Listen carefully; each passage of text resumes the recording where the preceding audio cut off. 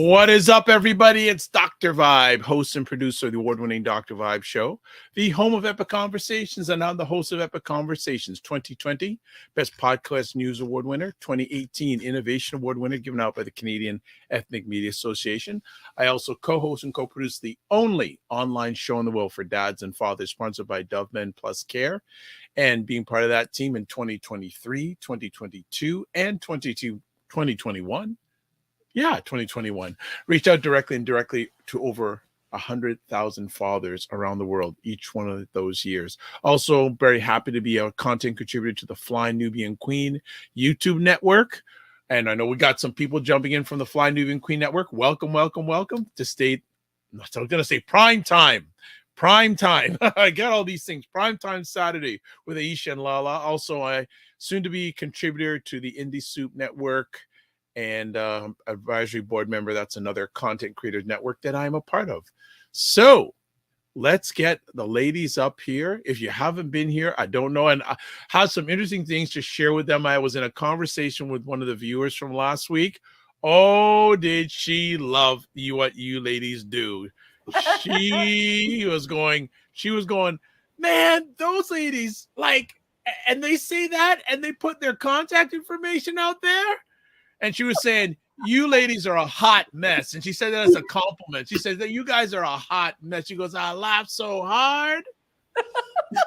What's going on? Nothing. I had a bit of a hot mic moment there. You didn't put me on mute. You were doing your the YouTube automatically popped up on my phone. Okay. There you go. Surprise, and before we go any further, hello, Regina Ferris. Regina, what's up? Great to have you here, and everyone who's watching, please, if you're watching live, please chime in from wherever you're watching live from. So what's been going on over the last week? Oh man, did we have a good 10 and 10? Y'all, if y'all not listening to the good 10 and 10, y'all need to be listening to the 10 and 10.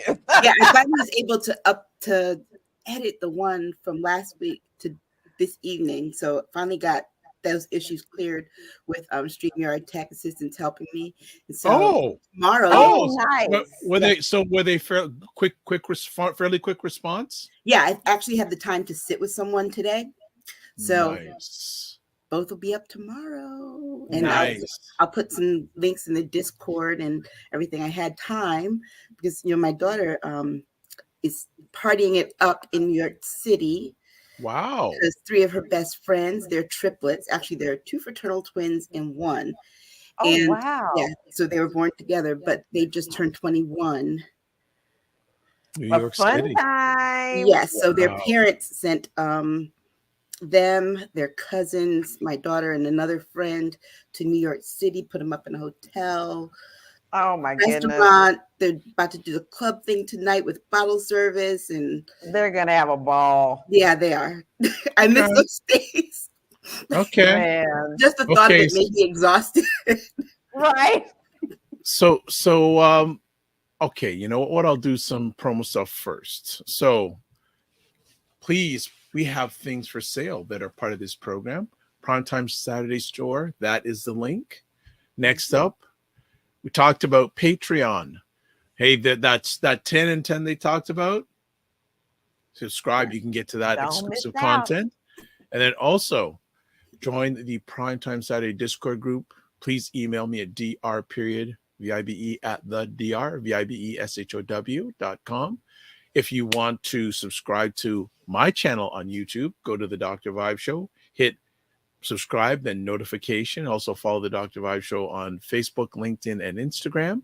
And then finally, to advertise your business product or service on the platform or any of the platforms I host, email me dr.vibe@thedr.com.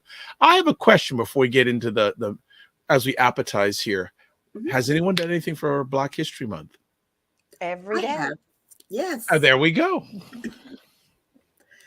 Yes. I'm known in my communities to the people. I actually have people come to my Facebook page every February, especially for that, because every day I put up a fact, and it never ceases to amaze me that someone always, I try to get things that most people don't know.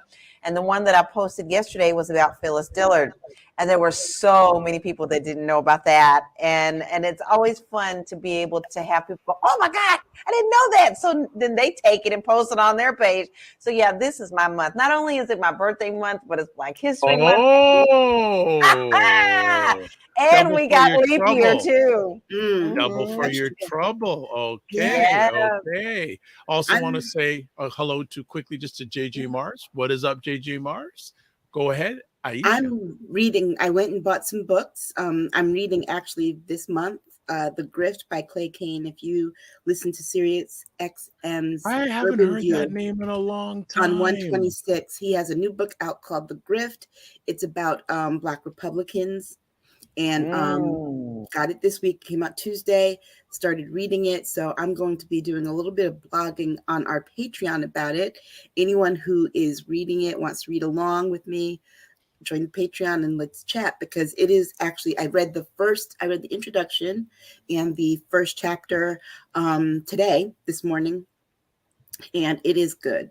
It really just, the chapter I read was about Frederick Douglass and what people think they know about Abraham Lincoln and his stance on the emancipation of Black people versus what they actually know. And there were some connections I was making as I was reading it, like this colonization theory he had about moving enslaved people, like giving money to the enslavers, to give up their slaves, and then they wanted to send a whole bunch of them to Haiti. And it reminded me a lot of what they did in Louisiana after Hurricane Katrina, and the relocation of Black folks, and then the gentrification of parts of Louisiana that had historically been all Black. So there are a lot of different things going on in there that make you see how relevant even the past is to the present. So. Well, you know what? I'm going to jump in about how relevant the past is to the present. On the first night of Black History Month here in Toronto, I had the pleasure and privilege of opportunity. Has anyone heard of the name Professor James Small? No. Okay, African-American historian. So many stories. One of them that he's been married a long time, and him and his wife were married in Malcolm X's bedroom. Oh. And so he was here in Toronto. But another wonderful thing, he is one of the contributors, content-wise, to the series Godfather of Harlem. Oh wow! So he was in town. I think he left today, but he came in on Thursday, and he was at a restaurant on Thursday night. Give a plug to LA Wade Media, who brought him up here, and basically she just did a conversation with him for about 2.5, 3 hours. Wow. And had a chance to sit with him after, and I'm being bad because he told me I got to call him. He says, I've heard about you, Dr. Vibe. We need to talk. Incredible Black man, married to the same lady all his life. They have 8 children. Oh, wow. 6 between themselves and 2 adopted from Ghana. And he's does regular travels there, and they have 23 grandchildren. Wow. Oh my goodness, that's a blessing. Yeah. That's almost as many as my grandparents had. Almost. Exactly. Look, almost we exceeded that amount, but yeah, that's a lot. It is a blessing. Yeah, so it was just wonderful listening to him, and the man's like 76, 70. He don't look it, man. He don't look it. Like takes good care of himself, doesn't he? Yeah, but he was a mon of a mosque. He's done so many things, but he was really good. Like I just was like they had it at the front, and I was just sitting to the side, like a foot away from him all night, just like this. Wow. I had that kind of experience back in 90, I think it was 98. Dr. Winbush, Dr. Vibe. Yes, yes, Dr. Raymond Winbush. He's, like I said, was my professor and the advisor on my master's thesis. And when I was at Fisk, he ran the Race Relations Institute there. and every year they had a conference every summer. Well, one summer I was interning at the conference. I stayed in Nashville, was interning at the conference as a graduate assistant, and someone needed to pick 2 people up from the hotel for the conference. So he gave me his keys and said, go get them. And it was Dr. Dorothy Height and Dr. Oh, John. wow. Clayton. Wow. And what I was driving, but I'm listening to the conversation, and she was so regal and he was so gentlemanly. You know, he held the door open for her, all of that. But the conversation that they were having was about one of the last times they were in Nashville together, Martin Luther King. And it was just a really great story. And they were talking about all these, you know, just talking about people and these experiences. And it was I just sat and listened while I was driving, because I was sitting there really witnessing Black history. Yeah. Yes. Like, that's the same thing I felt with Professor Small. Like, he's lived all this stuff. Mm-hmm. You're not on the screen, not in a book, right, etc. And he was very diligent, saying we shouldn't call ourselves Black Americans or Black Canadians. Or we should say we're African Americans, African Canadians. He really, and he said, a lot of the challenges that we have as a Black people, we can find our answers if we look at history, look to our history. I agree. It was phenomenal conversation. Like, I have parts of it video wise, and I know LA Wade Media is going to make a documentary on, but I think I'm going to share. I just did a little recording of some of his background. I could have gone on, but I said, no, I don't want to steal the intellectual property that he's, like, him and LA Wade Media had. And then yesterday I had the opportunity to do was a keynote speaker at a business. What's it?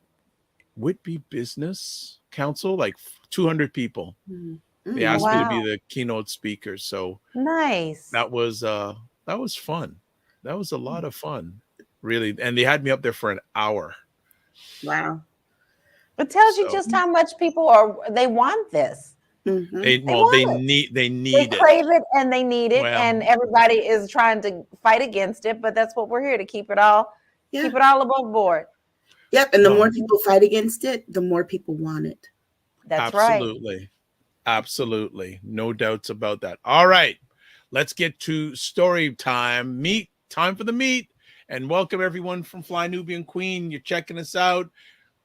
Give us comments in real time. So 45 rails against Fannie Willis as she admits relationship with prosecutor. This is ouch. Yeah. Ouch. Yeah. But, are you surprised that he's railing? I mean, come on, that's all he does. That's all he knows how to do. But, I was always told, before you throw stones, you better start looking in the back of your own house, see who's got moles coming through yours. Right.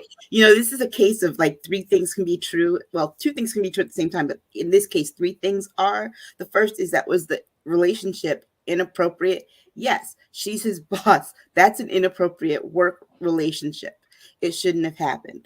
The second thing is that, does her relationship have anything to do with Donald Trump's trial?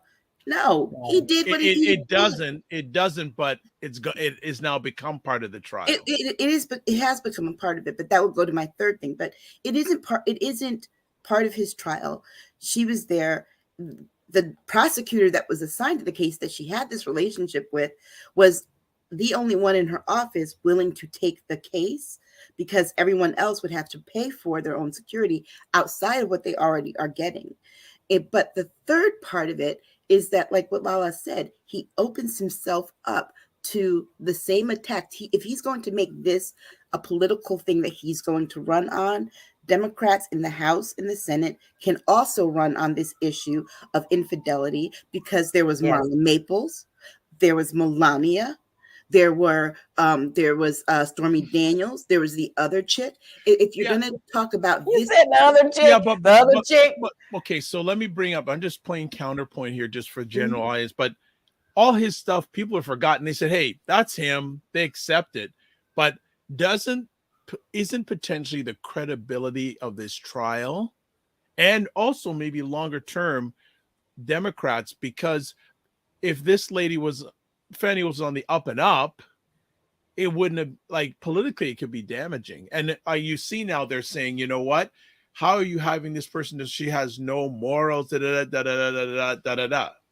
But let's be clear, that's the talk outside of Atlanta. What I read today was that in Atlanta, it was an open secret. So it's not going to really taint that jury pool. It's an open secret just as much as Lindsey Graham being gay is an open secret in South Carolina. And I'm saying that because I lived in South Carolina and it was an open secret. I think the concern, at least on the other side, not the Republican side, they're going to do what they're going to do. They're going to ram this into the ground. But on the other side, the worry is whether or not this issue will taint the jury pool. And if it's an open secret in the Atlanta area where the jury pool will come from, I don't think it will have that kind of effect. I think the larger effect is going to be on the election. But again, Trump's people are going to be for Trump people. For Trump, they're not changing their minds. They're not going against. Yeah, they're steady. So the worry is, does it affect independents? Well, that's where you were reading my mind. Right. There is where I'm going. But here's the thing: is it going to make? Oh, yeah, the independents, they're not voting on this case. This case is, first of all, it's not going to be decided before the election. They're not going to decide on this case. They're going to decide on the larger picture of democracy if they're leaning away from him anyway. So, I mean, this case, honestly, that's an if. Right, if. But this case doesn't really impact the lives of people outside of the Atlanta area because he tried to disenfranchise their votes. Yeah, but I mean, I feel you, Dr. Vibe. I'm with you. I hate it when things like this happen, because regardless of what all he's done, yes, we understand that she's done that too. We've always stood for standing up and saying, well, when you're wrong, you're wrong, because this is definitely going to be misconstrued and it's going to be used. They're going to be using it as a smokescreen like they always do. It bothers me. I'm upset about it, but you know what? I'm still more upset at Trump than her, and I don't. Yeah, but I just know they're going to twist it. I think initiated the story. But remember who initiated the story. It's one of his co-defendants. Understood. Yeah. But again, and I just want to put it up here. Hello, Tony Brown. Hope you're doing fine. And also, the majority of Americans aren't really paying attention to this stuff. Jen Myers, people who are politically astute are, but the hello, regular Jen. people. Carlos Phoenix, people loves lies. It's a shame, right? But for me, I think the real person who could have impact on this is the gentleman who she is having an affair, his wife. Like she's saying that basically this guy isn't contributing, and then Fannie, like, come on, Fannie, can't you do a little better choice of some stuff here? Oh yeah. Like it's not looking. And you are right, and I'm just saying here for both sides here that 45 people are going to really make the thing of this, and it again that doesn't make the Democrats look good saying, hey, but again, 45, who's want him to talk about morals? Right, exactly. The whole thing is a hot mess. Yeah, and I mean the thing of it is that if he wants to go tit for tat on personal lives, remember he just had to pay someone that he raped $84 million. So, we can do this, and I understand that it does look really bad. It looks really, really bad. But again, no one outside of Fulton County, where it is an open secret, is going to be picked for that jury. So I don't think that will have that impact. And also too, he is trying to say that she should be pulled from the prosecution because of the affair. Yep. Okay, but that still doesn't mean that you won't be prosecuted, because the bottom line. But that's where he's twisted, and that's what he's thinking. Right. And the bottom line is that you were indicted, and remember, by 2 grand juries in Fulton County who already knew this open secret. So, I mean, he can try all he wants. It's not going to dismiss the case. And he really wants this case dismissed more than any other, because it is one that if he wins the presidency, he cannot pardon himself from, because it is a state case. I'm seeing a lot of twists and turns down the road, and this I'm sure is a twist that a lot of people who want to see this gentleman prosecuted going, oh wow, and like, and I think there's more to come, and I wouldn't be surprised if he gets her pulled off the case. Well, he can't though. Remember, she's elected. She's elected. Yeah, He's not appointed. Yeah, but they might have to. She might not be reelected, but she's elected. He can't get her pulled off the case. It would be different if she was appointed, but she's elected. So, I mean, what is he going to do there? The only other thing that they could do is try to impeach her. And despite this, the people in her county are really happy with what she's accomplished thus far, particularly with that scandal in Atlanta. Okay, but are they still happy with her now with all this going on, though? But like I said, they already knew. This was an open secret here. This is an open secret. I forgot the article, where the article was that I read it, but they talked to several people that were just general Georgia Democrats or voters, general Georgia people on the street, and asking them, was this a shot? No. The rumor is there. And, you know, honestly, I spent time in political circles in a state, and people know the open secrets. Like for example, like the secret that Trump tried to put out about Nikki Haley cheating on her husband. He's dragging that out now. People were talking about that back in 2007, 2008.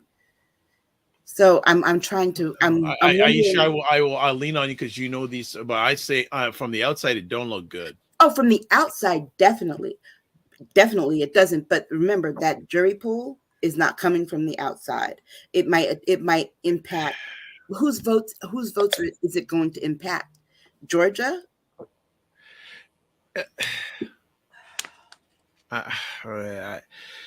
Could the push for Democrats to impeach 45 backfire? Not necessarily now, but in future. No. It'll go the same. Remember, one has nothing to do with the other. It's like two things can be true at the same time again. One has nothing to do with the other. They would have to impeach him on high crimes and misdemeanors that he did while in office. They couldn't impeach him for anything else. Will it impact them?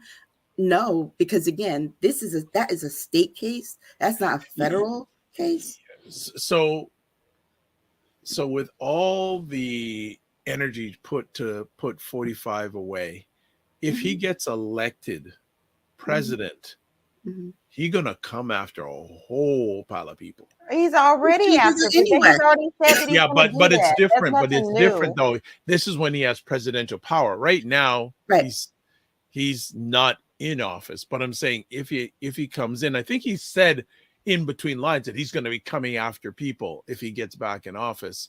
But he can't come after us. He can't come after a state prosecution at all. That we have that not directly, but indirectly, I'm sure. Well, that's the reason why Jim Jordan's on this crusade to try and see if she used federal funds in terms of prosecuting him. He, again, after this came out, he conveniently sent her another letter and got yet another behind spanking from her about the separation of powers there between the states and the federal government. Okay. And so I think that if she's not using federal funds on this, which she said clearly she hasn't, and she outlined where the federal monies were going in several letters to him, Congress has no say here. And that's why they're leaving it to Jim Jordan just to write these nasty letters. Because otherwise, what would they do? They would bring her up in front of hearings if they actually could. And they know that they cannot. All right. Well, we'll have some. Because all they do is have hearings about stuff that doesn't make sense. Okay, so you got that right. You got that right. So we got some comments here from the family live. Carlos Phoenix, great live streamer. Ahead of the curve when it comes to live streaming, as always has been. Says he has cheated and slept with nearly anything that moves. Nobody cares. With no protection, and mind you, and people should be more concerned about that because he could be spreading diseases and all that stuff. Be more concerned about that. He stink. You know, they are already talking about, they thought those spots in his hands were syphilis. Look, let's talk about that. OMG. Well, there JJ was no Mars line. says, I'm not a 45 supporter, but he'll be back in power. Hey, Divine Smith. Hey, what is up? What is up? JJ Mars also, he has a lot of sick, loyal fanatics who worship him. Mhm. What else? Carlos also says, by the way, the rumor is that his son with Melania is not his son. And also Carlos says he will have to get people killed. He can't Yeah. persecute. Yeah. And don't I would not be I'm not so sure I agree with JJ Mars about whether or not he'll be back in power, but I do believe that he's already signaling to his people that if he's Yeah. not, he wants another January 6th, and this time, Yes. forget bring weapons, bring bombs. I mean, Yes. this is literally where he's at right now. Yes. So Okay. wait and All see. right. I mean, this has been taking over the news cycle to the point that most people haven't noticed that the March 3rd date for Judge Chutkan's trial in DC dropped off the calendar. Yeah. Well, and it's interesting that Fannie released this. Was it yesterday or the day before? I can't remember. I think it was maybe it was yesterday. I think maybe trying to do it on a because usually Friday, the end of the week, is slow news wise. So maybe that was strategic, trying to do it then. Carlos also says if he gets elected, meaning 45, it'll be the last election in the United States. Absolutely, because the first thing that he'll do is run to his little people and be like, "Hey, let's get rid of this little amendment to the Constitution that says a president can only serve 2 terms." Exactly. Wow. All right. Well, you're watching Primetime Saturday with Aisha LaLa. We're broadcasting on various platforms. So wherever you're watching us live, please contribute to the conversation. And I also don't plug enough. You can also catch the replays on different platforms wherever you're watching it, and also audio replays on whatever podcasting platform you subscribe to. So we got it going on. So next up, GOP Mayorkas impeachment investigation is even more shameful than it looks. Because it's based on nothing. That's why. It's based on tit for tat. And the only reason they're doing this, okay, they claim that they want borders secure. When the Biden administration has been trying to do this for a long time, but they are so enthralled with themselves and trying to make sure they get in the right line in case Trump gets back in, that we have to do what he wants us to do. And he says he wants this to be the issue, so we're just going to fight against this issue. Well, you're not getting anything solved, nothing at all. And you're the holdup. So how are you going to have somebody impeached on something that you're the ones who's responsible for holding up what's going on? It's just a hot mess. It's a tit for tat. You did this to me, and now I go do it to you. And I'm so sick of these are grown people. Why are people acting like they're 2-year-olds? I'm sick to death of them. I literally got sick to my stomach over this whole thing because this man has done nothing wrong. But they're going to continue to do these things and keep our government not functioning. And here we are in nothing. We still don't have a budget. We don't have a budget. Why are we impeaching people?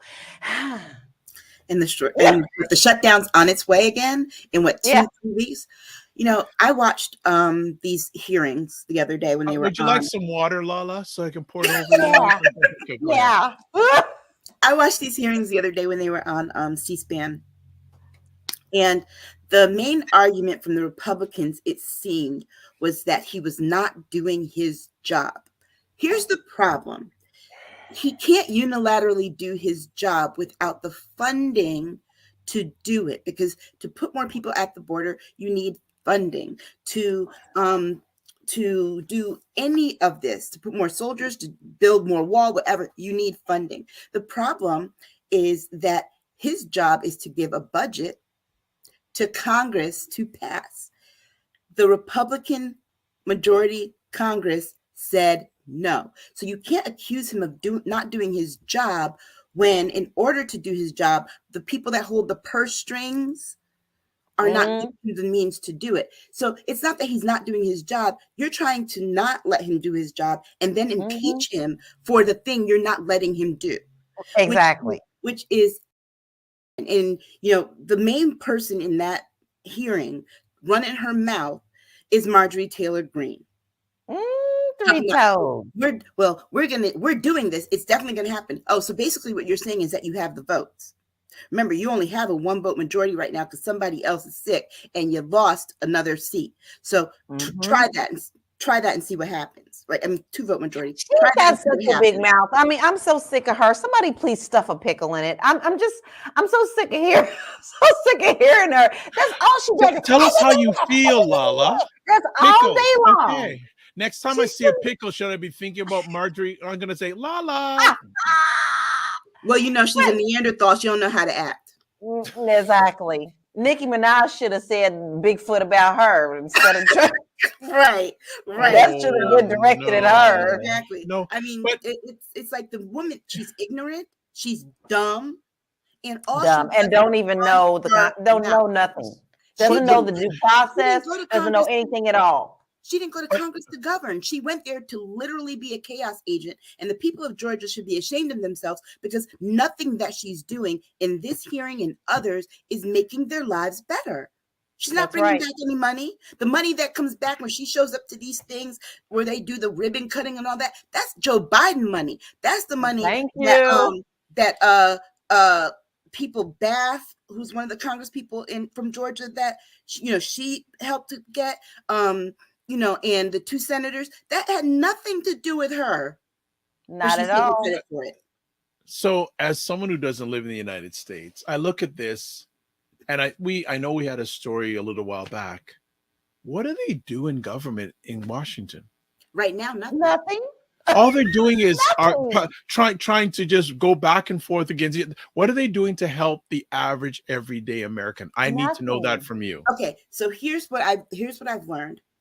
Democrats have put forth several bills that would improve the lives of people, everyday lives. The Republicans will not even bring them to the floor for a vote, because if they do, even if they fail, if they bring it to a vote, the American people will have access to that on video. Okay, the bills will be read. They will have to vote on it. They'll have to debate on it. They'll have to give justifiable cause as to why they don't want to pass this thing. And they refuse to do it in an election year when all their seats are up. Anything that will hold them accountable or will show that they're a do-nothing Congress is what they're against. And all this isn't just for them to be reelected. All this is because they are so behind this orange monster. Tangman, okay? Tangman. They're behind him. He's a monster. And the fact that he is willing to sacrifice the welfare of the people that vote for him, the sad fact, the sick fact that those people who vote for him are willing to sacrifice their own lives and their own well-being. Yes. It tells you when he does not care about them at all. He could care less. He doesn't. It tells you how sick this whole thing is. That's what gets me more than anything, is the fact that he clearly only cares about himself and the people who are fighting so hard for him. He could care less if they lived or died. Your trailer park is repossessed, and you're up here voting for this rich man and sending in your money for your rent on your trailer, on your land to him, and not paying your own bills. You're sitting at home eating beans out of a can while he's eating steak at Mar-a-Lago because you gave him your money. But it seems, and I know where you're going to go with this. Let me put up Eunice's comment first. Eunice says, I don't understand how a former president seems to be running Congress. Thank you. Thank you. That is the whole point. He's a private citizen now. Okay. He's a private citizen. Why is he running the show? It's like it's an embarrassment. Eunice, you hit it right on the head. So let me ask then, if you look at American government over the last 20, 25 years, has for the average Black American, has either party really done a lot? What do you consider a lot? Well, Right. well, okay, what have they done? Like how has the political process worked for the average Black American over the last 25 years? Because it doesn't seem like it's working. And it does, and we got two parties, and it seems that they're spending more time warring on each other than trying to help the everyday Black American. I mean, are you asking for tangible results? I'm asking for anything.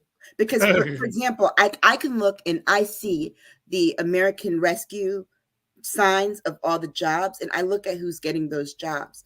There are Black and brown people getting those jobs and those contracts. Black businesses, contractors are able to compete better for those jobs. And, even just the reducing the cost of diabetes, the diabetes insulin down to $3 to $35 a month for senior citizens. We are disproportionately represented in the number of people who have diabetes. That's killing people in our community. And a lot of people are suffering because they couldn't afford the insulin. My mom's diabetic. My mom is retired. And before this, the cost of insulin was running almost $1,000 a month. Yeah, that's true. That is a tangible result. And there are a lot of, that's why when I mentioned the book about Clay Kane, actually listen to his show. He has had a lot of Black people call in who have gotten their student loans forgiven and are now able to save money and buy houses and things like that and put the money back into the economy, back into their neighborhoods. So, but remember, all that was not being done by Republicans. Donald Trump sat there and lied and said that he got X number of billion or $1 million for HBCUs. Come to find out, the Biden administration did the audit. None of the money went. He's going back and making sure that they get that money they were promised. So, I mean, have they done everything that we needed? No, not at all. Is there still a whole lot more that they can be doing? Absolutely. But are we going to go to the party that really sits in our faces and tells us on a day-to-day basis that racism does not exist, Nikki Haley, and then believe and expect them to even do the bare minimum of what we need? Well, they're definitely not. But I'm going to tell you how I personally feel. They're never going to let us live down that we had a Black president. Mm-mm. They're going to punish us to the day that they can. They're so angry at that. They're so angry that we were allowed to have a Black president that they don't even want to say that he's Black. Most of them say, no, because his mama was white. So he's not the first Black president. Well, didn't you come up with the one drop rule, you idiots? So it all boils down to racism, period. Yeah. And they're never going to allow us to be better, period. Right. They always want us in the place. And in fact, they want us back in the fields. It's very clear because that's the way that they're going. So yeah, we're going to be punished. We're not going to see anything in our lifetime. I don't think. I just don't think that.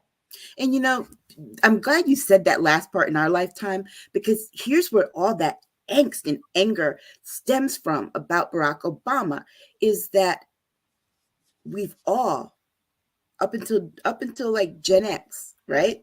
We've all been told, all these living generations before Gen X have been told, there will never be a Black president in your lifetime, in our lifetime. And the fact that it happened in these people's lifetime, I read on our 10 and 10 this week when Lala and I talked, I read a clip from Martin Luther King's speech following the Selma to Montgomery march, and talking about the fact that, what do poor white people give their kids to feast on in order to look away from the fact that they're poor, that there aren't opportunities, that the rich class is keeping them down. It's this bird of Jim Crow. And he talked about this whole idea of feeding them that. Well, that's where this comes from. Even though they might not have ever run for the presidency or felt that they could become president, they always believed that that was the one thing that was for them. It was the one thing in all of our history, all these years, the 200 years, never been a Black president. So even you could be broke, have absolutely nothing, but you could still be president if you were white and you were male. And that is the thing that is them off, is that they no longer had that. So the world, because it signifies that this country is becoming a more diverse country. And again, we've said this over and over again, the percentage of children 20 and under now are majority people of color. Mm-hmm. And that's only going to get higher. Okay. All right. Let's move on to our next conversation, because I think it'll be a continuation. But you should want to talk about this: a lawsuit to block Louisiana's new congressional map that has second most mostly black district. Right. So they drew this, all these states, a lot of these states having their congressional districts redrawn are where the majority of Black people live in the South, that Bible Belt, the former Confederate states, right? Mm-hmm. The states that the Voting Rights Act had specific provisions for, saying that they couldn't change their voting laws in the state or their districting without checking with the federal government. Well, they got rid of that provision of the Voting Rights Act. And now Louisiana was told that they have to have, redrew their maps. So they have the second mostly Black district. And now there's a lawsuit trying to overturn this districting map. And the problem that we have is with that district map, it'd be different if it was just like a local. It's a congressional map in a mostly Black district, which means it would give Democrats another seat, likely, in Louisiana, another congressional seat in Louisiana. And when we're talking about a Congress right now that the Republicans have a very slim majority, if you take what they have and suppose everything stays as it is, even up to the election and even after the election, we're going to be in a position where there's a 1 seat majority in that House of Representatives. Mm-hmm. And it might even be more, because remember, Mississippi had to redraw their maps. Yep. So did Alabama, and so did Georgia. And they know that these particular seats, these 4 or 5 seats that had to be redrawn, are going to favor Democrats. And they don't want that. So they don't want that. So they're do the dirty tricks to fix it. The important part to know is that, remember, if they can do this, if they can get that overturned, then the next thing they're going to come for are those voting laws that they have there, and they will disenfranchise more Black voters. And remember, it has a ripple effect. So if it happens in Louisiana, granted, Mississippi and Alabama were told by the Supreme Court they had to. What they will then do is appeal and say, well, hold up, this lawsuit in Louisiana said that they didn't have to do it. This should apply to all of us.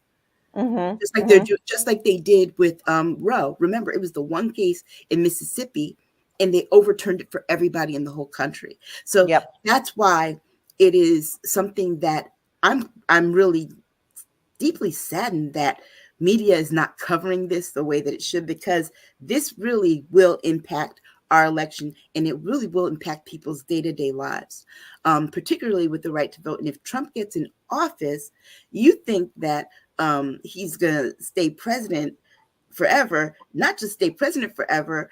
Even if he had a false election like they have in some of these other dictatorial countries, the first people to be disenfranchised will be Black voters. And they will start with that Bible Belt, those southern states. Exactly. Anything to add, LaLa? Nope. Because here's the thing. This is how they fight. They fight dirty every time. Now, anytime that they see that they have a disadvantage, they're going to try to go in through the back door. And they've been pretty successful at it. So we all should be very concerned about this. And you should all be paying attention to what's happening in your districts, because a lot of times people don't even really understand this is happening. They hear, oh, they're redrawing the lines. Okay. Well, no, you need to really see how that's going to affect your state and how that's going to affect your vote. And if there was anything, this is a voting year. I can't tell you enough to make sure that you are registered to vote. and you are sure that you're registered to vote, like go to the website, check it. I mean, don't just say, "Oh, I'm registered to vote," because you Check don't know every what day. things that they've pulled. You need to check every day. I'm Florida, okay? My vote. I'm gonna make sure my voice gets heard. I don't care if the Satan's down there or not. I'm still voting. So don't ever get discouraged, and don't let them continue to do the backdoor tricks to get around what they're doing. So you need to be paying attention. Yeah. And remember how congressional districts are drawn. They're drawn by population. So there was a population shift in Louisiana Yeah. that made it a necessity for them to have to redraw their congressional map so that there's this second mostly Black district. So that tells you the other thing. Goes back to what I said before about the population shifting and the numbers shifting. This is going to continue to happen as the populations shift and as they become more diverse. They're going to have to redraw these districts and make them more equitable. And that is why they are doing they're going through these things and doing these cases. From what I understand, there are 35 states that have some kind of districting map going on. Okay, 35. That means there's 15 states that aren't. So think about it. Shady. And you know how I feel about Mississippi, so the place where Black people go to die. Yeah, literally. So how concerned should Black Americans be about voter suppression? Very. 100%. It should be top of the mind. 1,000%. They're coming after you. They're telling you what they're exactly telling you what they think of you. But this also should show you how much power we have. If we didn't have the power, they wouldn't be doing this. Yeah. And they're coming at the voter suppression in a multitude of ways. Let's be clear. It's not just the legal maneuvering that they're doing. They're also doing it in terms of their messaging and trying to this misinformation and disinformation that they're spewing out there. One of the things Steve Bannon said a couple of months ago, that if they can get Black men, if they can pick off 50% of Black men, that the Republicans will be able to rule for 100 years. The likelihood that they'll get 50% is low, but even if they got 25%, that is enough. They might not rule for 100 years, but they'll rule for 50. Because 25 is half of 50%. So let's be very, very clear. They're coming after you. We talked about the AI with the robocalls. It's going to trust and believe. They are going to full throttle AI down the throats of Black voters. And the one thing that they're going to that's why they're also keeping this immigration thing in the forefront, is because one of the ways that they're trying to peel off Black male voters is to pit them against immigrants and saying they're coming for your jobs. That's right. So basically what you're saying is that you think the only jobs that we're qualified for are to work in fields? Didn't you think that in the 1800s? That's where they want us. Exactly. So let's be very clear. There is a coordinated attack on their coordinated effort, because for the last 30 years, they have not been able to get white voters to vote in mass for the Democratic Party. So they realize that people of color are really the backbone of the party. So if you can carve off part of that backbone, the whole structure falls apart. Sure does. All right. Well, comment here from Eunice saying 45 was the protest president because Barack Obama became president. So and they're still protesting. Man's been out of office 8 years. Yeah, but he knows how to work the emotions of people. Oh, yeah. Right? No, he's a good man with nothing behind him that they can crap him for. He has not had affairs. They can't get anything on him. So this is why they're trying to punish us. Yeah. Because they couldn't take the fact that they had a good, upstanding Black man. How dare he? Yeah. And the other part of it, too, is that on the flip side, the people voting for him, especially the white men voting for him that are so gung-ho, They want to be like Donald Trump. They want to be this perception of wealth. They want to be able to sleep with whatever women that they want to, no matter how ugly and stinky they are. And we know that Donald Trump is both. They want to be able to, have massive amounts of adoring fans and this and that. And it's their dream. It's their dream. Right. They bought into the facade of Donald Trump. And, and on top of that, he says the things that they like. He hates the people they hate. Perfect storm. All right. Perfect storm. We're going to take a break from Primetime Saturdays with Aisha and LaLa. And when we come back, there's a grant program for Black women that is under attack in the United States. Big time. So the ladies are going to come back and chat about this. We'll be back in 90 seconds. Keep it locked. And that's what I feel like. You feel like you're the Harriet Tubman of the mind. I am. I feel like I'm one of the Harriet Tubmans of intelligent Black people. Like, I want to liberate y'all from like being left behind and ignored and oblivion. No, really, the rappers get all the attention. Seriously, does anybody else feel this way? Like ignorant Black people, they'll be all up, getting all the headlines on the Shade Room. Overly sexualized Black folks. Like the twerkers and the, just people that, don't always represent the best of us, the diversity, like people like Dr. Vibe. Like, everybody should know about people like Dr. Vibe. Dr. Really Vibe he's trying to do good work for Black people. Dr. Vibe from Toronto. Good to see you, my brother. Dr. Vibe. Everybody follow Dr. Vibe. He has a great show. He's very good at what he does, and I have a lot of respect for him. Okay, so let me hop into this. What's up, Dr. Vibe? How you doing? Everybody, if you see Dr. Vibe in the chat, everybody go follow the Dr. Vibe show. Dr. Vibe is a real smart brother and a good human being. I like the guy a lot, and he's very intelligent. And I think everyone should pay attention to what he's got going on. We got to shine the spotlight on the intelligent Black people out here that are really doing the good work. Don't just pay attention to the rappers and the celebrities. A lot of these people are losers. Your true winners are your people in your community that are really having your back, helping us to have stronger families and a stronger community. So Dr. Vibe is in that category. So you might see the Dr. Vibe show in this chat. If you see him, please go follow him. Okay. All right. So anyway. All right. We are back on Primetime Saturday with Aisha and LaLa, and we're having another quiet conversation. Nothing, nothing going on. We're just so docile on the platform today.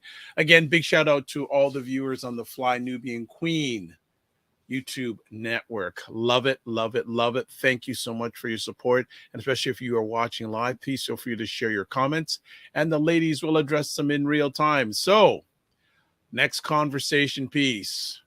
Grant program for Black women comes under tough questioning in key anti-DEI lawsuit.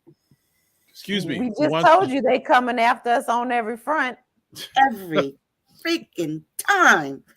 Like they don't want us to have anything. Have nothing at all. Have nothing. Yeah. And it's the same people who attack us every time. And they try to stand on equality when they're the tornado of the storm. Like, you just don't want anybody to be great. Now, we know that we are always underserved and always underrepresented. So how are you going to come after us when all we're doing is trying to improve our communities? And let's be true. Let's be very truthful about this. A lot of the times, guys, it's not just our communities that we help. We don't never turn anybody away. Mm-mm. So their communities also get served as well.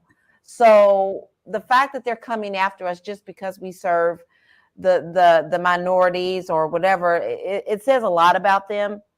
What is that, Billie Holiday? Them that have should have them that not. So the Bible says. So I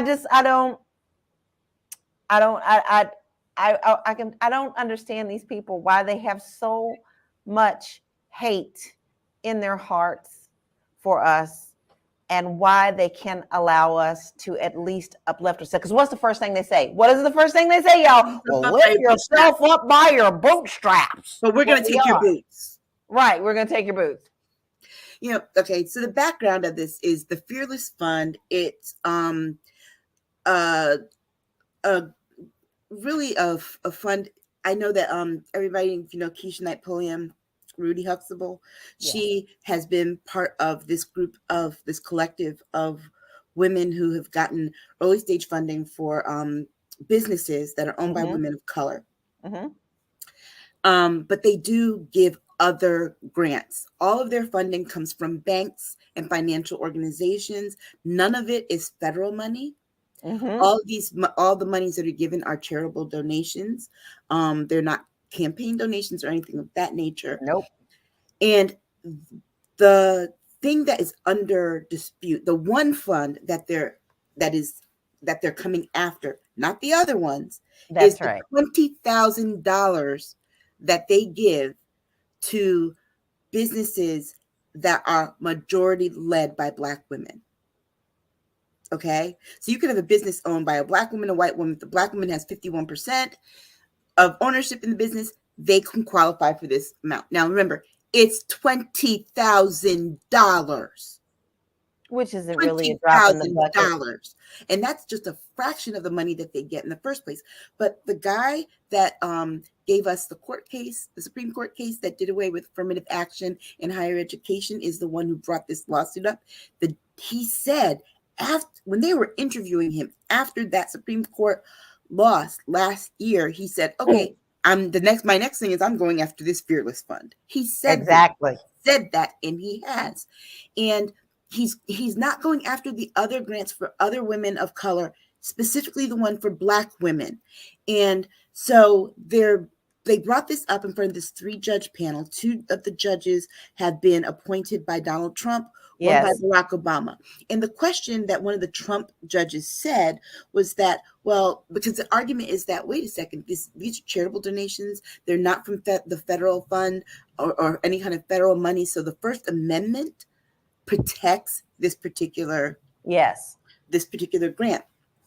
And so the argument that the judge made, the Trump judge said, well, so basically you're saying if there was a white only grant, that would be protected by the First Amendment too, and assumed that this guy would say, well, no. He said, well, as deplorable as I would think it is, it would be protected under the First Amendment given the same circumstances, that it was charitable donations, whatever. You know what else is protected by the First Amendment are also the campaign contributions that individual people give to political campaigns. So if they do this, and they stop them from doing this, the next step that our community needs to start doing is racking up lawsuits against these political action committees. Yes. All these super PACs that take donations from white supremacists. Yes. Because you can't say that it's their freedom of speech, because guess what? Precedent, you already said that can't happen with this particular fund. Okay. So look, lawsuits have consequences. They do. And the thing is, they're shooting themselves in the foot with this. Yeah. As they always do. But see, hate is blinding. Hate is always blinding. You're so enraged about something that you don't even see how this can come back and bite you in the butt. I mean, my father always told me a snake is going to be a snake, and it always bites. Yeah. Yeah. And this is one of those things where I don't think that they thought out the long-term steps. I'm guessing they're thinking that they own the courts. They have all these Trump judges. And guess what? This is what came out of the Trump administration. The only thing that they were able to do was to flow into all of the courts these Trump judges. Remember, that was the one thing. That was the one thing that he did more than any other president before him. That's right. There you Basically, go. it was you get a judge and you get a judge. That was a boss move. Mm-hmm. But my concern is, what percentage of ownership does Black America have compared to what like this program would do minuscule on the needle? Why is there your affraidment? $20,000. Scared. I don't understand that. That's the part I don't.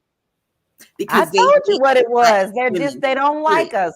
They don't like us. They don't want us to have anything. That's the whole foundation of everything that they're doing. They hate us. And This remember, ain't about equality. he's going after one Black woman in particular, and that's Ketanji That's a Brown personal Jackson. vendetta.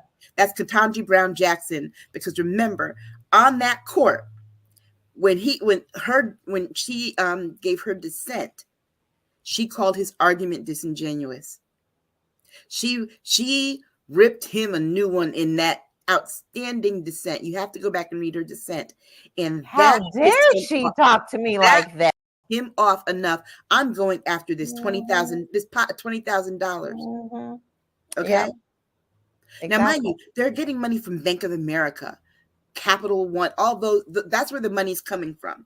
It's not coming from the veterans, the United States, the VA. It's not coming from there. It's not coming from the small business backing of the federal government. No. Mm-mm. So basically, then the same people that Republicans rely on, which are the bankers and the capitalists, you're going to tell them what they can do with their money. You think they don't like that? Mm-hmm. All right, just some comments here. No reparations, no vote. Watching on Fine Nubian Queen, saying B1 and Mr. Big Day Payday. Maybe this is what it really comes down to: fear of a black planet. Yeah, that's always been it. Remember in the South, especially during slavery, there were 4 million Black people across that part of the country, and the enslaved population outnumbered the white population like something like 100 to 1. And so there's the fear is, like you said, the fear of a black planet, the fear of these numbers. Remember, I keep saying it, the projection is by 2035, 11 years from now, white people will be the minority in this country. And they are so afraid that all the people of color are going to do to them what they've done to us, starting by taking their land, giving them smallpox and all that stuff, separating them from their children, enslaving them, putting them away in internment camps, shipping them off somewhere because they're Christian, we're white Christian nationalists. It's like all the stuff that they've done, they're afraid of it coming back to them. Because guess what? That's what they would do to us. But isn't that what narcissists do? It is. It's always your fault. You made me do this. You made me do this. It's you who made me do this. That's exactly how this is going. Yep. Not all narcissists are racist, but all racists are narcissists. Yeah, that's true. Okay. So before we went on live, we were talking and sharing about the stories we'd be chatting about, or the ladies would be chatting about, because I just steer the ship. They drive the ship. And there's a good Black lady, I know many of them, by the way, who has been involved in the DEI space doing presentations to a number of Canadian businesses over the last, especially since the George Floyd incident. And I was doing a broadcast the other day, and her husband said, "Oh, up here, a lot of companies aren't calling it DI anymore. They're calling it corporate wellness." Yeah. Well, I'm on this job hunt thing, right? And Lala and I had this conversation in the Patreon, this 10 and 10 this week, and I was saying how, I've worked in what would be considered the DEI space. I worked for a Commission for Minority Affairs, African American Affairs coordinator, and I've done other things. And the backlash is so fierce that you feel it in the job market. I literally had someone come back and say, "We're looking now." My resume details that you have lobbying experience, media experience, journalism experience, and a communications background. My resume literally has those things. And I was told that I wasn't a suitable candidate because they were looking for those 3 things that they said I didn't have, that are literally written on my resume that way. And I realized that this is having a colossal effect. And I've learned of and communicated with other people who have lost their DEI jobs because the companies they're responding to this backlash. So you have a lot of people out there right now who are unemployed because of this particular backlash. And it's like, okay, so where do we go now if this is what we've been doing all these, these decades, and you're telling us, that we're not employable because you're afraid of the racists in the Trump party? Well, I think where do we go from now? We got to just do our own, really and truly, because if we keep on doing the same thing, we're going to be getting the same results. Yeah, really. But that's been the case all along. We always have had to take care of our own, and anytime that we do, they come and tear it down. There was many thriving Black communities here. Where are they now? Yeah. They're underwater.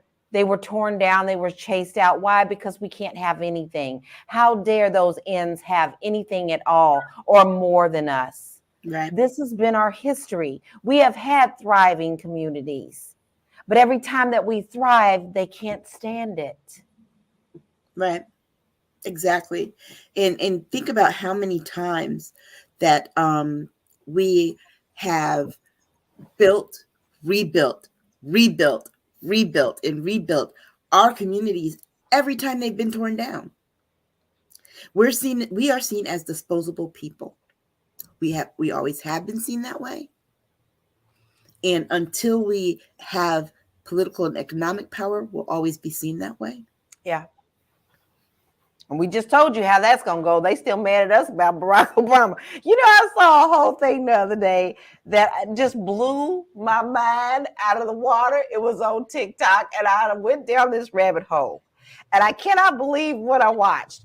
But this lady came on, and she was like, we already know who the Antichrist is. And I'm going to prove it to you with the Bible. And at the end of it, she goes through this whole thing, and it was Barack Obama. Of course it was. It's Barack Obama. He's the Antichrist. So, they'll do anything to make us. I think the way, this is just me these days. Actually, let me get to some comments first. So we got Mr. Big Payday says Black Wall Street, but even that was destroyed. Yeah. And Eunice Graham says, they should know by now that this is not how Black people behave. They should look at what happened in South Africa after apartheid was dismantled. And Mr. Big Payday says, Lake Lanier, do your research. Mm-hmm. Well, and more than that. Yeah, and they're not going to look at South Africa because guess what? The wealthiest man to come out of South Africa is Elon Musk. Oh, couldn't we have gotten through a show without his name? No, you like him, so stop it. Oh, that your man boy. So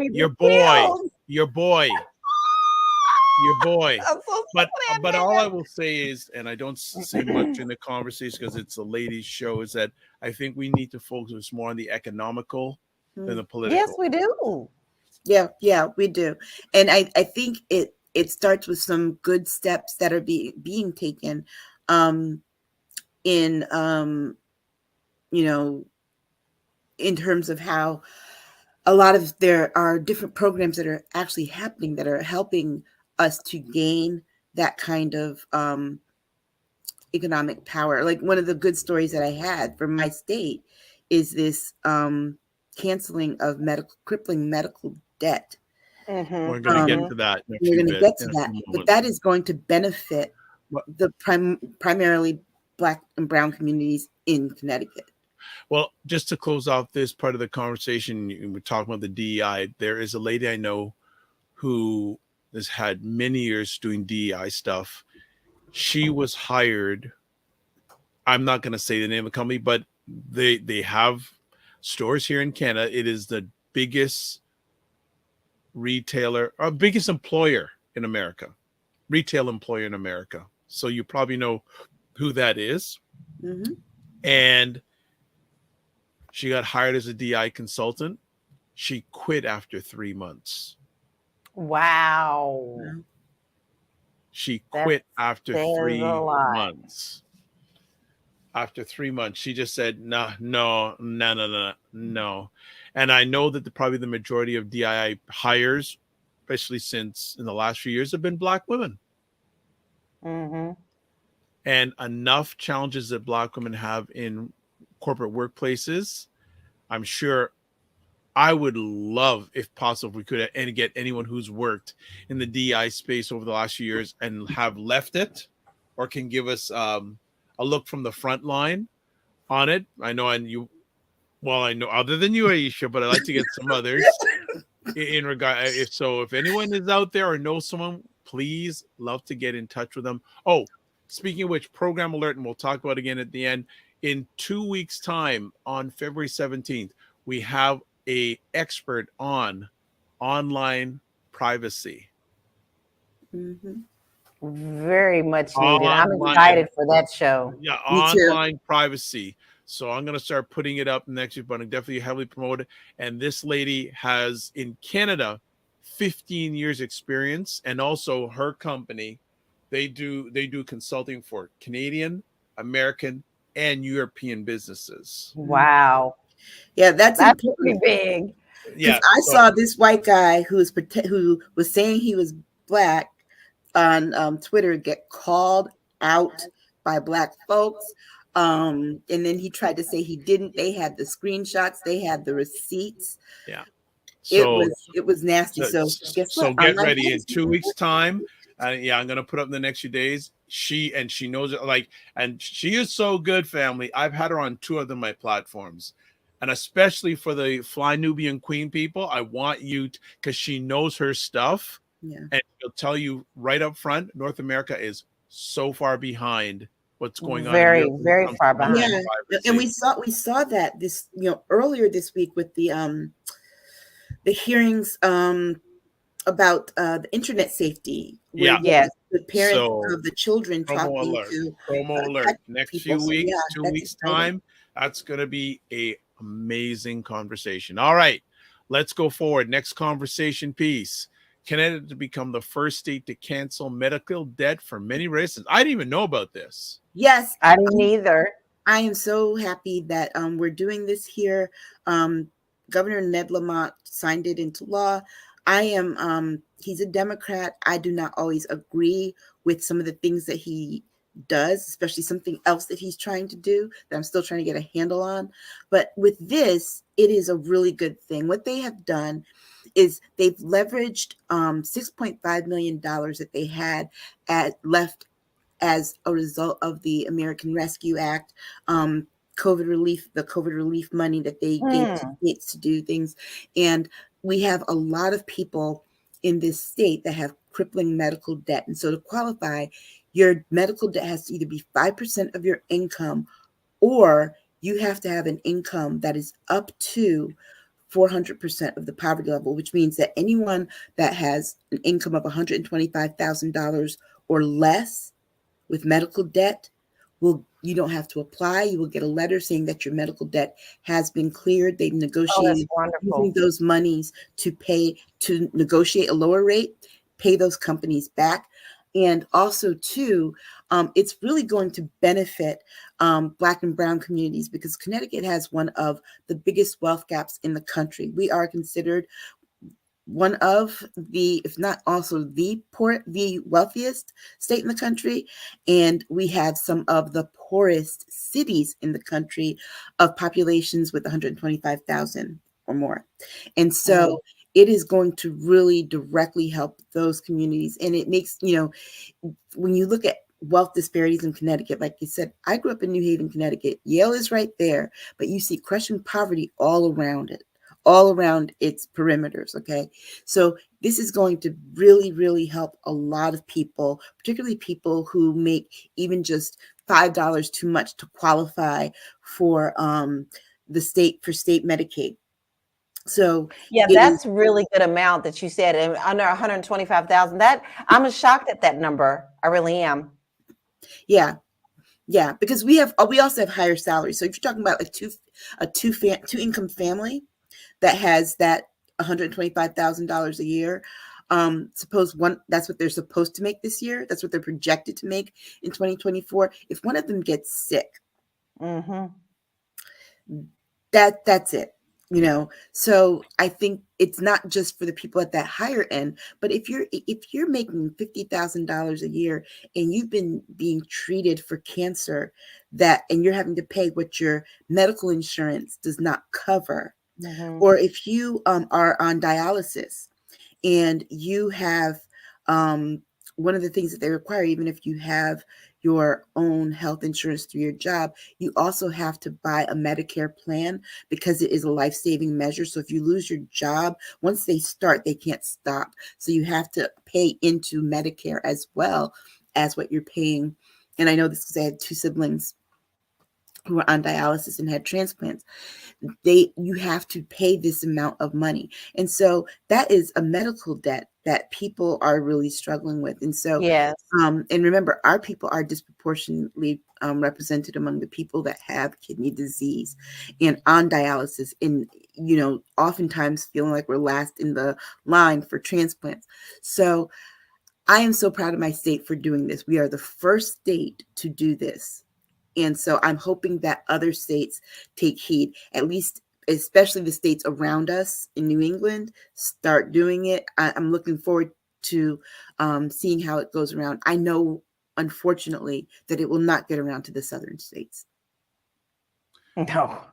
Or LA or California either. I hate to say it. I mean, look, they keep rejecting federal money coming from the Biden administration, but always have their hands out for federal money because they don't have the tax revenue that wealthier states do. Why do I feel one day this will get overturned? You can't overturn it. Sure? They can't overturn it. It's not a legal thing. This is money that they were given for this rescue plan, and they have leverage. They're not using it for to cancel home ownership. It was a health pot. It's to alleviate health issues, and they're using it. But let's follow the money. There's got to be some either companies, organizations that are not happy with this. I don't see why, because they're getting paid. They're not getting paid as it stands. No, they'll get paid, but of course there's going to be pushback. But remember, these funds, the state gets to determine how they'll be spent. Thankfully, we have majorities in both chambers. It's not going to be, and we've had majorities in both chambers for a very, very long time. So there's no threat of the other party, or even someone taking it to something like the Supreme Court. You can't take that to the Supreme Court because the rules, and when the money is given to the states can determine how to use it. That's why you get states like Florida and South Carolina turning the money down or getting it and not using it at all. Because there's a side of it that says, why is it that I feel these days things that will help a lot of people? Yeah. There's ways of it being overturned. The money's been gone. This is from the 2021 pot of money. Okay. So they can't go back to that. If it was something coming from the new budget, that budget has already been allocated. I'm listening with open ears, and as Steve Perry said, open arms on this. on that. Even if a state legislature wants to reject it, they would have to have the majority votes. They don't. Okay. Our Republicans don't have a majority. That's just the numbers. Okay. Okay. Put this way, they don't have even close to a majority for now. I believe it's something like 50 seats. Okay. But Connecticut is really a liberal state. We've been that way for a long time. They're very, LaLa, do you want anything to add? Because something tells me something's twirling. No, they're not going to be able to do anything about that. Just because of how the state laws are, they may not be happy with it, but because of the history of Connecticut, I don't see that happening. Okay. That's one of the few states that I feel like is pretty safe. Yeah. We've got individual issues, but in a large in large part. Put it this way, I've helped lobby legislation in South Carolina. I've helped lobby legislation in Connecticut. Connecticut's a much easier road to get these things passed and through committee and to happen fast. But again, this is 2021 money, not 2023, 2024 money. Okay. So it's already been allocated. And the one thing is that they had leverage to do what they wanted to do with it. As long as, now, if they were going to take that money and put it towards something else that was not medical, because remember, it's COVID-19 money. They're going to put it for something that was not medical, then yes, they would have to get special permission from the government to do that, first of all, or they would have to give it back. But to not give it back, they're going to use it for this. Okay, let's go to our final story. Wow, this is an interesting one. Lala pulled this one out of the fire. Books and looks. Gen Z is, quote, rediscovering, unquote, the public library. Go for it. Yeah, you know what? We have to, we always say people don't read or anything like that now. I mean, they don't, that's not the truth. But what's interesting about this article, it's not just that they're going to read. They have now kind of used this as a different kind of platform to have some peace time. The coffee shops are too busy. They're too loud now. So people are going to the libraries. They're networking with one another. They're recording and showing themselves in the library and doing research with one another. This has kind of become the hip spot to go. And Gen Z is leading the way with this article, with this whole movement, because it's just been a hole of where they can find a place to be. But what better place to go than the library? Yeah. I am one of these people who love bookstores, who loves libraries, and you can do so much at the library. It's not just that you're going to read books. You can go and listen to audio. You can listen to historical pieces. You can, everything that you can possibly think. I still smell library when I say library. So this excites me, because I did not know this. This is what was really interesting to me, because not everybody is actually even going because of the new things that they have online. You can download books and recordings and everything. And now the library is just as important as it was when we came up, because you can put your hands on things that you didn't have access to before. So it may not be a card catalog. Maybe it's a digital thing that goes on. But I know I enjoyed the LA library when I was there. And I didn't have to set foot in it a lot of the times because I had access to the things that I needed with the downloadable books. And you check them out. They have a certain amount of digital product that you could do. But I did also love going to the downtown library because there's so much history there. And I love the fact that you could go to these places, because most libraries are older, right? And if you go to the ones that are usually downtown, I always tell people to stop looking down. When you go out and you go to cities, look up, because what you see is the beautiful architecture, the beautiful everything around it. There's just something about the energy of that. And I am just thrilled with this story. It just tickles me. And I felt like this was a good story for us to end on, because we have so many things going against us. You know what? They're already trying to take books, but you know what? You still can go to the library and find the things that you need that have not been taken. You still have access to listen to recordings. And I encourage everybody to do so. And it's also another good place for you to go and register to vote if you haven't done it. Yeah, and also too, it's encouraging because Gen Z, they're now like, how did you guys learn the Dewey Decimal System? They're having to go back and relearn, because when you go into the library, it's still cataloged that way, even if you do the search online, right? It's still like, I know that all the Black history books are at 185.5. And I know that because that's where I spent a lot of my youth. And, my mother used to take us to the library once a week, every week, as I was growing up, to the library every week. If I wasn't getting a book out the grocery store, because every time we went to the grocery store, our grocery store had like a book section, and I always got a book. But the library was there were just so many different types of books, and coming out of there with a handful of books and like, oh my gosh, the excitement, and just remembering when they stamped it, and it's like, oh gosh, and it gives you a sense of responsibility too, especially when you're young. It's like, you got to get this book, you got to take care of it, and you got to make sure you bring it back on time, bring it back unharmed. And so just not seeing that this generation that really didn't get out a whole lot when they were younger, because there was all the technology and games and things that kept them inside, seeing them get out and go to the library, it's just really nice.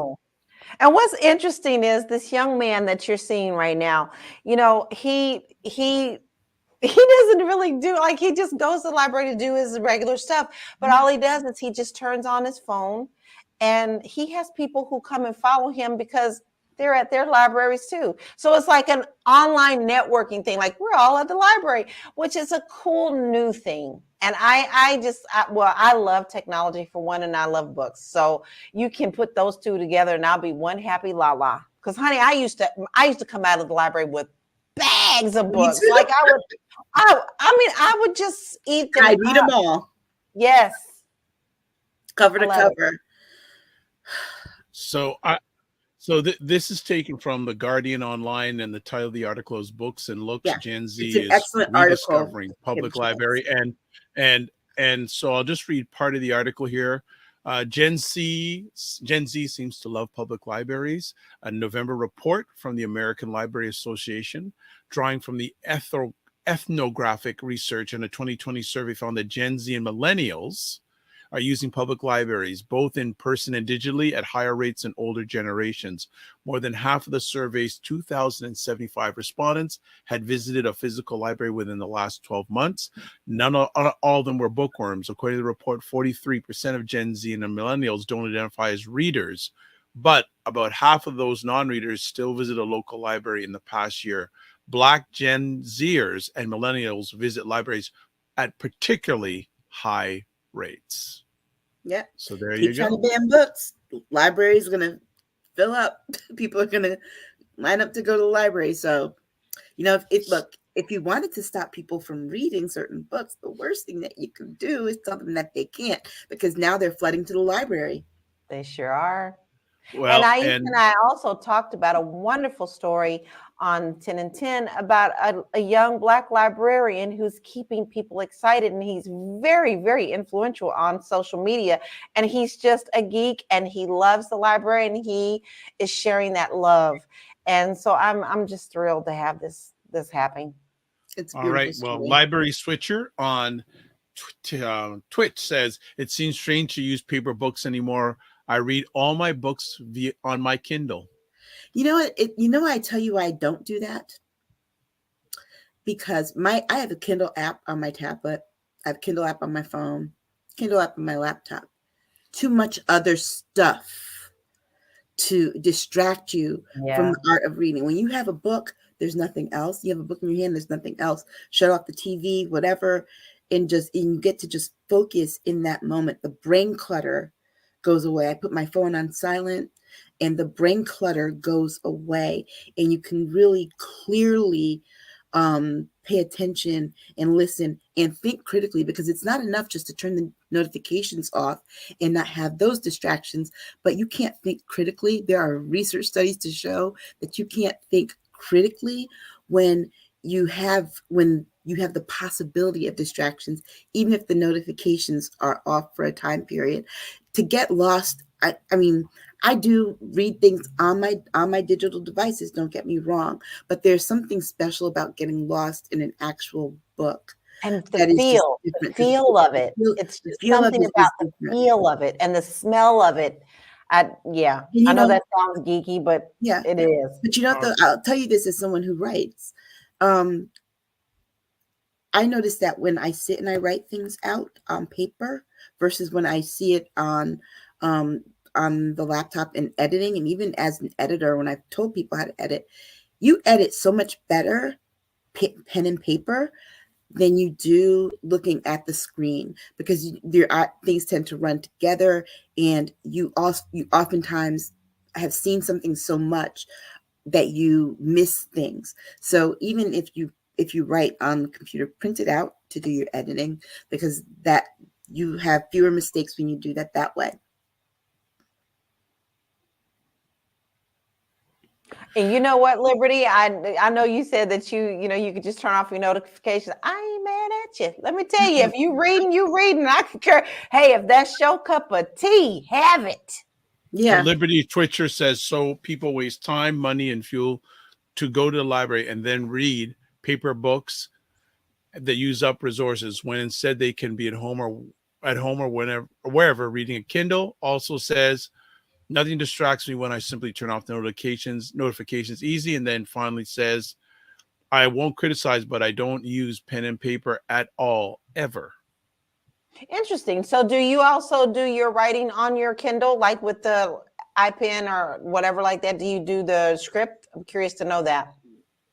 Yeah. Like with one of these? Because I do that too. I do that too sometimes. But I'll tell you something else. And they've done studies about this too in long research, that when you write things out rather than typing, you tend to remember things. Oh, I know that's the truth for me. You tend to remember things a lot better. They've done studies on kids with tests. Kids who actually write things out rather than typing out their notes tend to remember things. There's a connection there between the hand and the brain. And the reason why that exists is because the first thing that we learn to do rather than typing is writing. I know that's a fact for me. Yeah. And that's usually how, when I study for tests or anything like that, I'm a person who will write out the questions and continue to write them over and over until I have them in. That's just my style of learning. Yeah. And too, there's this other cognitive difference too. I think that I wonder if somebody has done this study. I'm going to look into it, but I think for right-handed people, it might be a different kind of thing as well. Left-handed people, you have to think differently about everything. Yes, we do. I'm left-handed too. Yes. You have to think everything differently and in reverse. So I think this, maybe the simplicity of it probably works a lot better for you that way, because you don't have to sit and think about things. I'll tell you this, writing is a challenge when you're a left-handed person. Yes, it is. And then people look at you and say, well, you hold the pen like that? I don't hold the pen any different than a right-handed person, but you have to turn your notebook to the side. Yes, to the side. Because you can see. So interesting story. Let me just get some more comments here. Liberty says he only uses PC or a tablet. He says, I type only, never use a stylus. Carlos Phoenix says, I write on my iPad, same effect. He handwrites notes. Liberty Twitcher says, apps such as Readwise make recall much easier and more effective than writing. But what happens if the technology breaks down? I'm not saying, I'm just saying. Also says IMO. Yeah. So there you go. So interesting. A lot of communication about that subject. Well, what was the story you were going to tell us about the writing? Oh, yes. So going to even high school or university, trying to find a left-handed desk. Never. Or to find the right-handed person sitting at the left-handed desk. It's like, oh my God, let me tell you, I was so traumatized in kindergarten because they had the green scissors, the green tip scissors for left-handed kids. And yes. Were for the right-handed kids. Yes, I remember that. And you know when it was worse?